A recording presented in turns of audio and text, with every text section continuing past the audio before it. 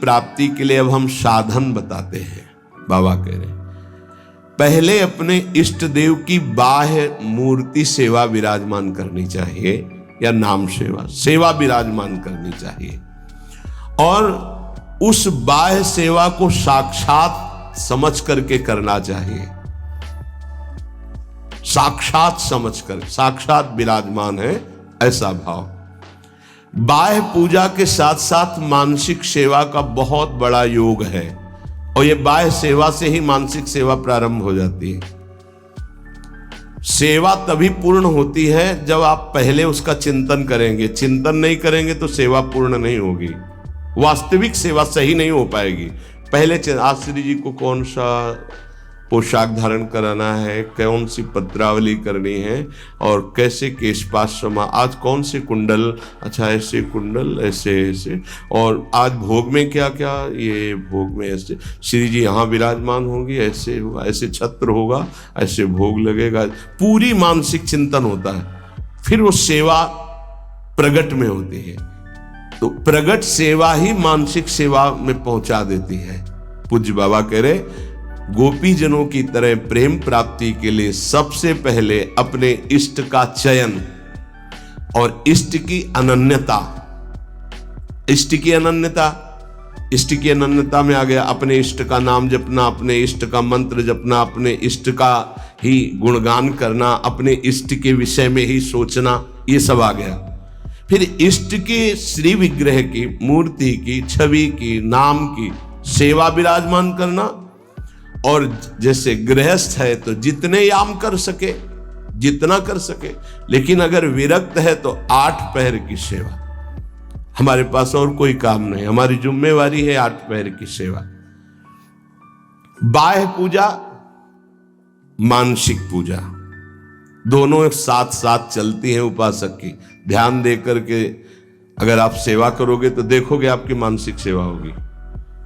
आज वो वाली नथ पहनानी है, वो ऐसे धारण करानी है, हाँ आज इस रंग की पत्रावली, इस रंग की चोली, इस रंग के ऊपर चुनरी, और इस रंग का लहंगा, और ऐसे ये जो हो रहा है ना, ये मानसिक सेवा हो रही है, बहुत बड़ी चीज हो रही है। देखो आप लोग जो चिंतन करते, आज फूल बंगला ऐसे बनाना है, आज ऐसे, बहुत बड़ी सेवा हो रही। आज श्री जी की रसोई, ये मानसिक जो सेवा, और बहुत जोर की सेवा, प्रगट सेवा का फल है मानसिक सेवा, और मानसिक सेवा ही सिद्धावस्था को प्रदान करती है। ये बात ध्यान दीजिए। और जो इष्ट का नाम मिला है, जबान से ही नहीं, चिंतन के साथ होना चाहिए। प्रेम की बात कर रहे हैं, केवल हम जबान से रट रहे मंगल है, लेकिन यहां कह रहे गोपी प्रेम की बात, गोपी जैसा प्रेम, उसका चिंतन होना चाहिए। जैसे राधा राधा, तो हमारा चिंतन भी हो रहा है। बाह्य जप से बहुत समय लगेगा। जब बाह्य जप और आंतरिक चिंतन दोनों एक साथ होंगे, बहुत जल्दी वासनाओं का नाश होकर आनंद की उत्पत्ति होती है। केवल बाह्य जप से बहुत काल के बाद लाभ मिलता है, बाह्य जप के साथ आंतरिक ध्यान से बहुत जल्दी लाभ प्राप्त होता है। इष्ट देव का चयन, इष्ट देव की अनन्यता, इष्ट देव की प्रगट सेवा, मानसिक सेवा, और इष्ट देव का नाम ध्यान सहित जप, और इष्ट देव के ही गुणों का चिंतन करना। हमारी श्री जी का ऐसा स्वभाव, हमारे लालजू का ऐसा स्वभाव, उन्हीं की तरफ चिंतन करना। अन्य सब संबंध चिंतन को छोड़ना गोपी प्रेम की प्राप्ति है। महाराज जी सुनते हैं श्री सुखदेव जी का वैराग्य बहुत तीव्र और उच्च कोटि का था। क्या ऐसा कोई साधक वैराग्य नहीं धारण कर सकता? इस कोटि का वैराग्य क्या साधु के अंदर, साधक के अंदर नहीं आ सकता? निश्चित आ सकता है, पर ये सकामी साधक के अंदर नहीं, विषयी साधक के अंदर नहीं। जो निष्काम भाव से दृढ़ निश्चयी है कि केवल शरीर पोषण के लिए वस्त्र और भोग आदि, जो प्रारब्धवशात कोई चाह नहीं, उसके हृदय में तीव्र वैराग्य जागृत होता है। दृढ़ लक्ष्य, दृढ़ निश्चयी, शरीर की भी परवाह नहीं, नहीं खान पान ते भावे है, नहीं कोमल वसन सुहावे है, सब विषय लगे ते खारा है, हरि आशिक का मग न्यारा है। जो अंदर से दृढ़ निश्चयी नहीं है, अंदर से भगवत प्रेम का भाव लक्ष्य नहीं है, तो बाह्य त्याग फिर दंभ पैदा कर देता है, दिखावटीपना फिर आने लगता है, जो बहुत ही साधक के जीवन में धोखा पैदा कर देता है। ये बुद्धि है बहुत जल्दी सिद्ध होना चाहती है, फिर वो नाटक शुरू कर देता है, बहुत शास्त्र विरुद्ध आचरण होने लगते हैं। इसलिए निष्काम भगवत प्राप्ति का दृढ़ लक्ष्य, निरंतर भगवत चिंतन, खान पान आदि से राग रहित, तो श्री सुखदेव जी जैसा वैराग्य आ ही जाएगा। पूज्यपाद बाबा कहते ऐसा नहीं कि उनको जो वैराग्य था वो किसी को प्राप्त ही नहीं हो सकता। लाखों हो गए हैं, देखा थोड़ी सबने, लाखों हो गए, लाखों हैं, लाखों होते रहेंगे। ये भगवान की सृष्टि है। जैसे जड़ भरत जी की स्थिति आई, उनसे ऊंची ऊंची स्थिति के ज्ञानी महापुरुष देखे गए, उनसे ऊंची स्थिति के ज्ञानी महापुरुष देखे गए, पर चर्चा उनकी गाई गई है। भगवान ऋषभदेव जी के पुत्र है, लेकिन ऐसे लाखों जड़ भरत हो चुके, लाखों होंगे। ये भगवान की सृष्टि, ऐसे ऐसे महापुरुष ब्रह्मबोध संपन्न देखे गए, जिन बिल्कुल निरपेक्षता की मूर्ति, निरपेक्षता की मूर्ति। हाँ, जिस दिन से सन्यास हुआ कभी वस्त्र ही नहीं धारण किया, दिगंबर, गंगा जी का किनारा वही, और ऐसा सरल स्वभाव कि मतलब देखने से ऐसा लगता था देखता ही रहे कोई। ऐसे सब जटा, सब बाल से दिगंबर बैठे हुए हैं, वो भोला बालक जैसा चेहरा, वो तपस्या के धनी, बड़े बड़े धर्म सम्राट करपात्री जी आदि साष्टांग दंडवत करते। असनी गंगा किनारे स्वामी श्री अनंग बोधाश्रम सेनपुर स्वामी श्री मग्नानंद सरस्वती जी, नजफगढ़ श्री स्वामी ओंकारानंद, ये गंगा का किनारा ना, एक से एक महापुरुष, सिद्ध महापुरुष। पूज्य बाबा, ये भगवान की प्राप्ति भगवान की इच्छा पर निर्भर है या पुरुषार्थ पर निर्भर है?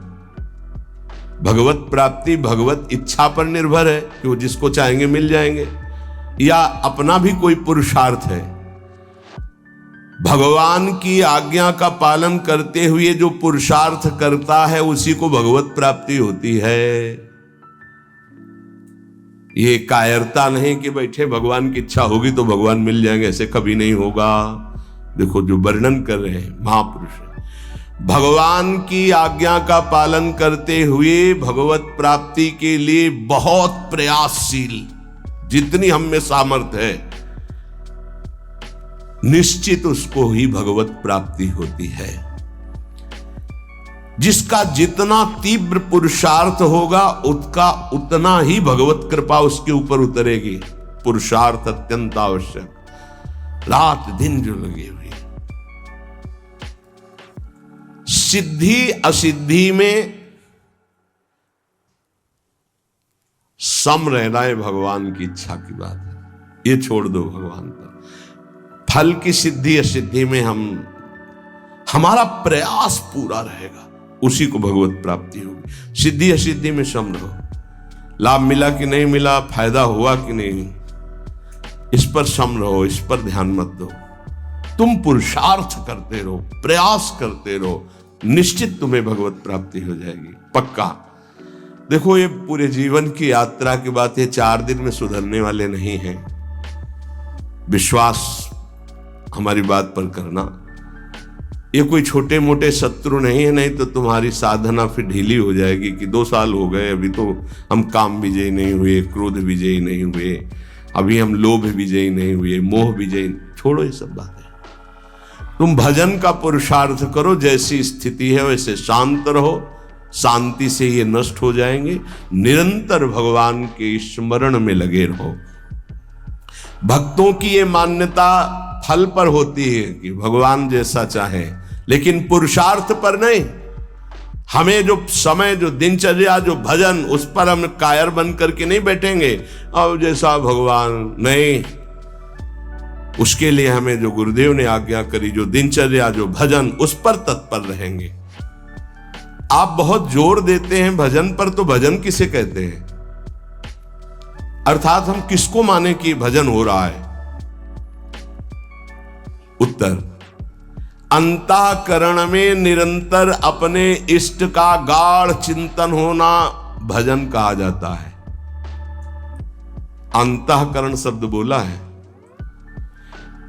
यहां से गाढ़ चिंतन होना, निरंतर भजन कहते हैं, जिसे भगवदाकार वृत्ति, उसे भजन कहते हैं।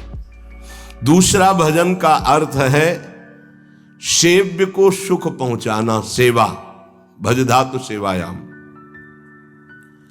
उपासक दो ये बातें पकड़े रहता है, उसे भजनानंदी कहते हैं। अंतःकरण से अपने इष्ट का गाढ़ चिंतन, वो रूप का हो, नाम का हो, मंत्र का हो, और शरीर से प्रकट सेवा में प्रतिपल लगे रहना, ये दो वृत्ति जिसके अंदर है वो भजनानंदी है। सेवा में चाहे वो गृहस्थी की सेवा हो, व्यापार हो, नौकरी हो, किसानी हो, या विरक्ति की सेवा में जो भी सेवाएं हैं, शरीर से प्रतिपल सेव्य को सुख पहुंचाने के लिए सेवा, और हृदय से प्रतिपल आराध्य देव का स्मरण, इसी का नाम भजन है। और यही भजन परमानंद प्रदान करता है, यही भजन महापुरुष बना देता है, यही सेव्य के समान कर देता है। प्रभु सेव्य है, प्रभु के समान कर, ब्रह्मविद ब्रह्मयु भवति। तो भजन क्यों करना चाहिए? अरे कमाते हैं, खाते हैं, जी रहे हैं, क्यों भजन करें? भजन इसलिए करना चाहिए कि हम अवगुणी हैं जन्म जन्मांतर से, अवगुण छोड़ने के लिए। हमारे अंदर बड़ी नीच वासनाएं हैं, उन वासनाओं का नाश करने के लिए। हम बड़े हीन विचार वाले हैं, उन विचारों का नाश करने के लिए। हमें हर तरफ से दुख ने घेर रखा है, उस दुख का नाश करने के लिए, जन्म मरण से छूटने के लिए ये हमें भजन करना है। हम जिसका भजन करते हैं उसके सारे सद्गुण हमारे अंदर आ जाते हैं। अतः हमें नाशवान वस्तु व्यक्ति का भजन नहीं करना, अविनाशी का भजन करना है। वो है श्री भगवान।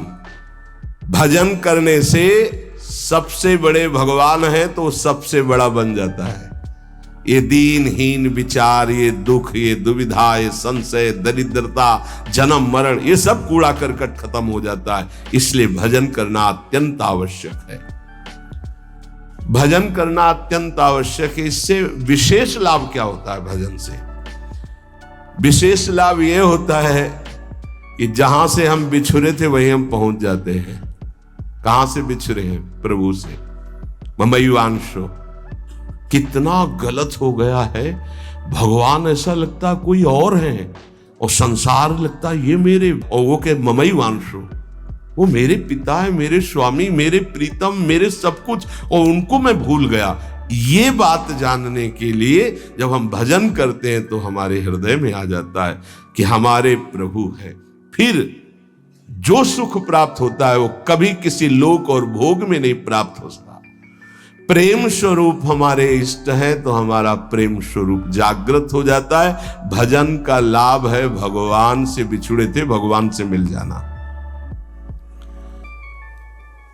अगर भजन ना करे तो,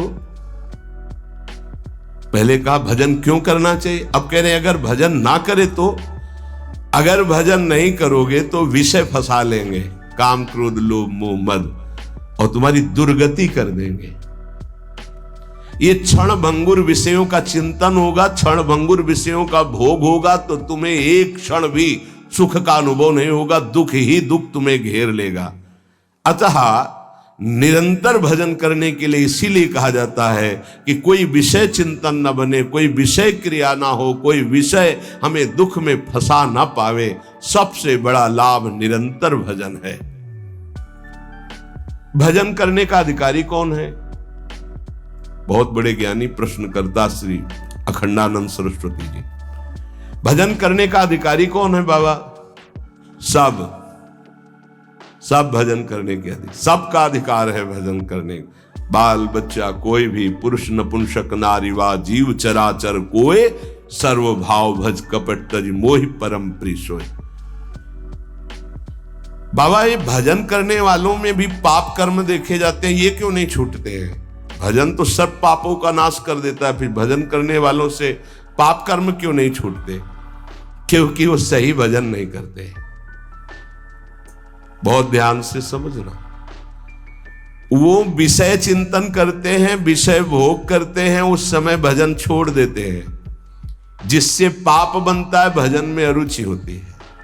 हम इसीलिए तो कह रहे हैं निरंतर भजन करो, विषय चिंतन मत करो। जो भजन भी करता है और विषय चिंतन और विषय भोग भी करता है, उसको जन्म जन्मांतर लग जाएंगे, बाबा कह रहे हैं। क्योंकि जन्म जन्मांतर इसी से होते चले आ रहे हैं, बार बार विषय चिंतन, बार बार विषय भोग। इसीलिए तो हम कहते हैं भैया, एक जन्म का सारा मेहनत समय इस बात में लगा लो कि विषय चिंतन न होने पावे, पाप कर्म न होने पावे, भजन बन जाए। हम अगर एक जन्म प्रभु को दे देते तो अनंत जन्मों की बिगड़ी बन जाती, तो घाटा थोड़ी है, लाभ ही लाभ है।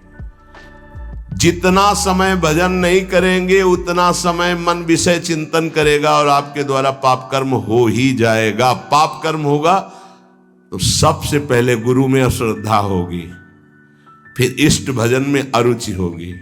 ये उसका लक्ष्य। कहीं भी अपराध करो, वो पहले आपके गुरु संबंध को तोड़ेगा, तभी तुम्हारे ऊपर प्रहार कर सकता है। नहीं, गुरु कृपा पात्र पर प्रहार नहीं कर सकती माया। पहला कार्य करेगी, गुरु संबंध छुड़वाएगी, इष्ट चिंतन छुड़वाएगी।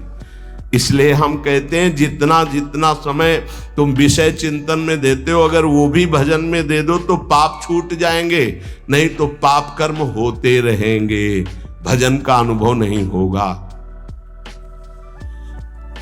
कहा जाता है कि भजन करने वाला एकांत सेवन करे। इसका मतलब क्या होता है? क्योंकि हम जब वृत्ति को एक ईश्वर में, प्रभु में लगाना चाहते हैं, तो यदि हम ज्यादा भजन विरोधी व्यक्तियों का संग करेंगे, व्यवहार करेंगे, खान पान करेंगे, तो हमारी वृत्ति भजन में नहीं लगेगी। हमारा खान पान, हमारा व्यवहार एकांतिक होना चाहिए। कैसा एकांतिक? हम 501 ही प्रभु का नाम जपने वाले पा रहे हैं तो हम अकेले पा रहे हैं, ऐसा समझ लो। और 2 व्यक्ति हैं, एक विषयी है, प्रपंची है, तो मान लो हमारा भारी कुसंग हो रहा है। हम 500 में भी एक हैं और वहां एक में भी हम भारी प्रपंच में फंसे हुए हैं। ये एकांतिक भाषा को समझ लीजिए। हम इतने लोग बैठे हैं इस समय, सब एकांत है। बोलो किसके मन में क्या चल रहा है? एक प्रभु की चर्चा सुन रहे तो हम सबका मन एक ही है। एकांत का मतलब होता है अपने इष्ट के अनुरागियों का ही संग करना, अपने इष्ट में ही प्रीति हो ऐसा खान पान व्यवहार करना। इष्ट विरोधी वृत्ति, इष्ट विरोधी व्यक्ति, इष्ट विरोधी व्यवहार, इसका त्यागी सदैव एकांतिक ही माना जाता है। एकांत में कमरे में पड़ा है, इष्ट विरोधी चिंतन कर रहा है, प्रपंची एक केवल साथ चल रहा है, वो इष्ट विरोधी व्यवहारी है, प्रपंच। 1000 लोग एक साथ बैठे हुए हैं इष्ट के अनुकूल, वो एक माना जाएगा। वैसे मुख्य बात भजन करने वालों को क्या नहीं करना चाहिए?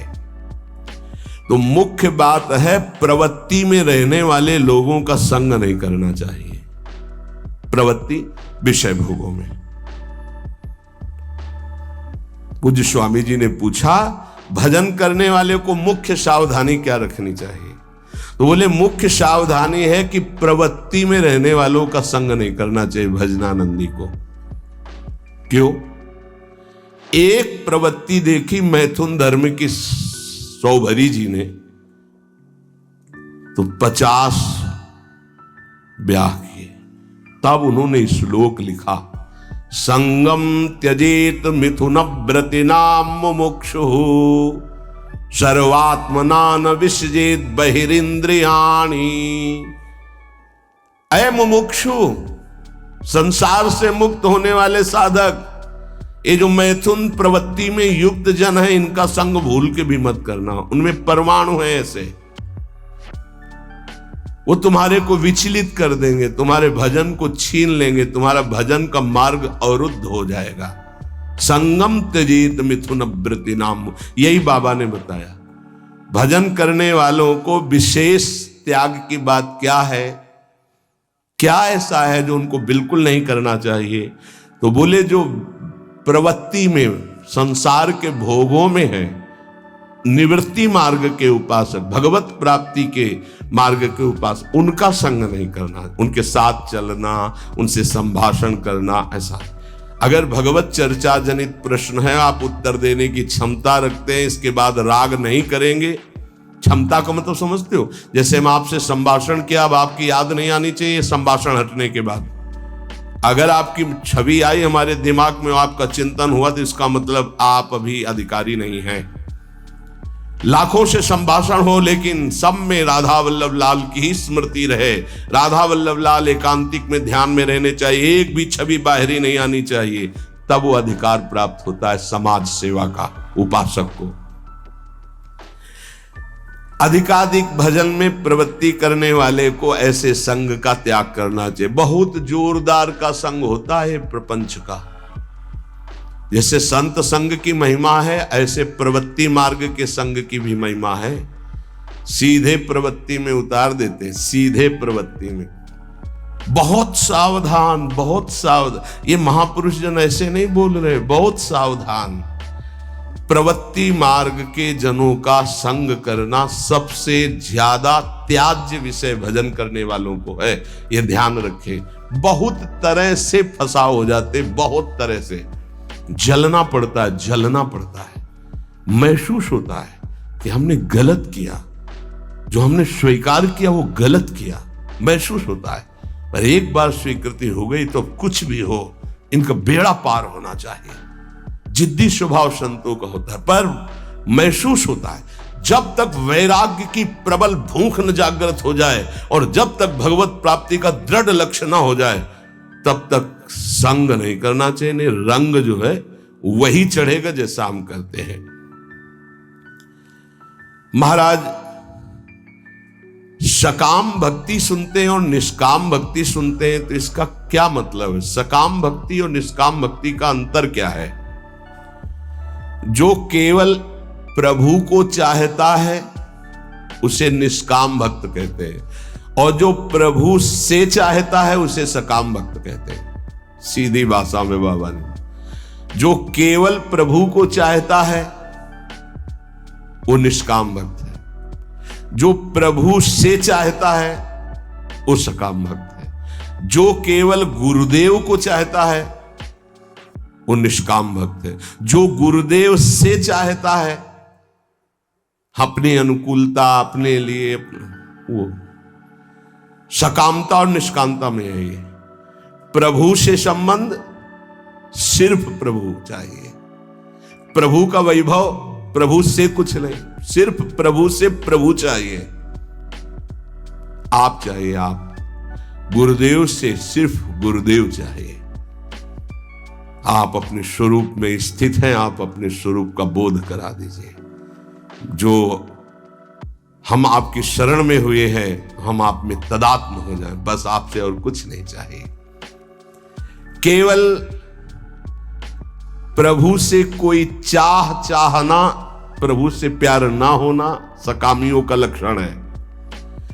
प्रभु से कुछ न चाहना, केवल प्रभु से प्यार करना, यह निष्कामियों का लक्षण है। ऐसे बड़े बिरले निष्काम। और महाप्रभु अपने धर्म के लिए तो कहते हैं, सबसे पहले कह रहे सबसो हित निष्काम मति, कोई चाह नहीं। सुना है कि परा भक्ति और ज्ञान में कुछ अंतर रहता है या नहीं?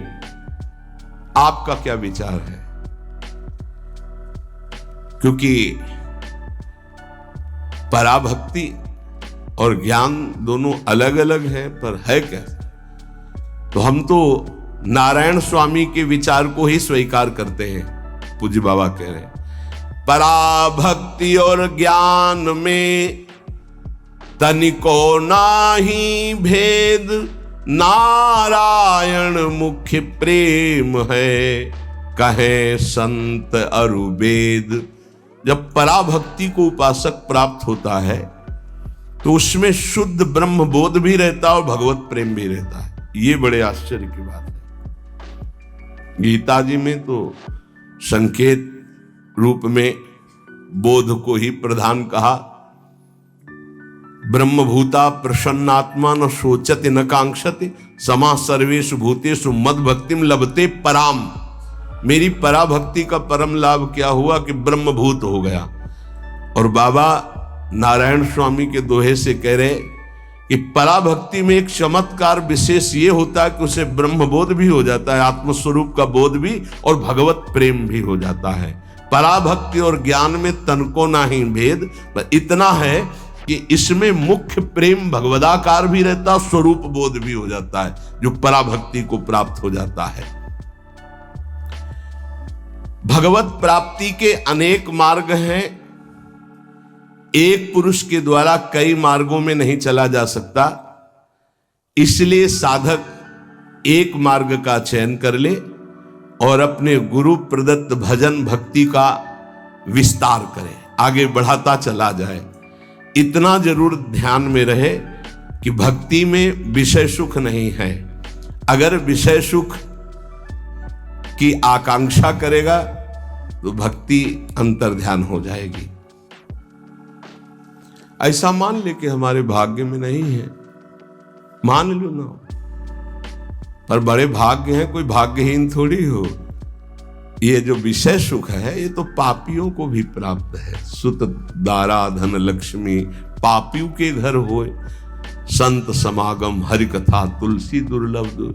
तो तुम्हारा दुर्भाग्य नहीं है, तुम उससे हंसने के लिए तैयार हो रहे हो, उसके साथ खेलने के लिए तैयार हो रहे हो, जो बड़े बड़े मुनियों के भी ध्यान में नहीं आते। तुम्हारे भाग्य से नहीं है। ध्यान मुनि मन ध्यान धरत, थोड़ा अपने लक्ष्य की तरफ। और जब निकष कुंज ठाढ़े भय और भुजा परस्परंस, जब इनको तुम देखोगे तब कैसा होगा? आनंद समुद्र प्रिया प्रीतम। उपासक विषय सुख भक्ति में बहुत बाधक है। जिसको भक्ति की सिद्धि करनी है, प्रेम प्राप्त करना है, तो विषय सुख से बचना चाहिए। मन में लागी चटपटी कब निरखूं घनश्याम, तो नारायण भूल्यो सभी खान पान विश्राम। ये दोहा एक संत भगवान थे, गंगा के किनारे मिले थे, ये बार बार कहते थे, जो बड़ी मस्ती में गाते थे। मन में लागी चटपटी कब निरखूं घनश्याम, नारायण भूल्यो सभी खान पान विश्राम। विषय सुख भक्ति में नहीं। ब्रह्मादिक के भोग सब विषम लागत ताहि, नारायण ब्रज चंद की लगन लगी है जाहि। जब विषय सुख का सेवन साधक करने लगता है तो प्रभु का चिंतन छूटने लगता है, प्रभु में सुख नहीं लगता है। ये सबसे बड़ी कमी की बात। अगर आपको भजन करते प्रभु में सुख नहीं लग रहा तो आप कहीं विषय सुख ले रहे हैं। ध्यान दीजिए, जब प्रभु के चिंतन करते करते आपके आंसू निकलने लगे, रोमांच होने लगे, अब सुख आया है। इसलिए कुछ समय तक ये झूठे विषय सुख से बचो। कुछ अच्छा नहीं लगता। सच्ची भगवान वो सब संयोग प्रदान करते हैं, खान पान विश्राम सब, कुछ अच्छा नहीं लगता। जो मन प्रभु के चरणारविंद का आशिक हो जाता, कुछ अच्छा नहीं, कोई उसे अच्छा ही नहीं लगता। सच्ची मानिए, कुछ अच्छा नहीं लगता। सब कुछ है पर कुछ अच्छा नहीं लगता। क्यों? क्योंकि जो वास्तविक अच्छा लग रहा था सब में, वो अनंत ब्रह्मांडों का अच्छा लगने वाला अब अच्छा लगने लगा है, इसलिए अच्छा नहीं लगता। अगर किसी का शरीर अच्छा लग रहा है तो कृष्ण है इसलिए अच्छा लग रहा है, वो अंतर ध्यान हो जाए तो कहां अच्छा लगेगा। किसी वस्तु में आकर्षण है तो कृष्ण का है, और अब सीधे कृष्ण का आकर्षण हो गया तो अब कैसे अच्छा लगेगा। इसलिए विषय सुख का त्याग करते हुए, विषयी पुरुषों के संग का त्याग करते हुए, हृदय से निरंतर इष्ट चिंतन और शरीर से अपने कर्तव्य कर्म रूपी सेवा, इसी से भगवत प्राप्ति, इसी से प्रेम प्राप्ति, इसी से तत्व बोध हो जाता है।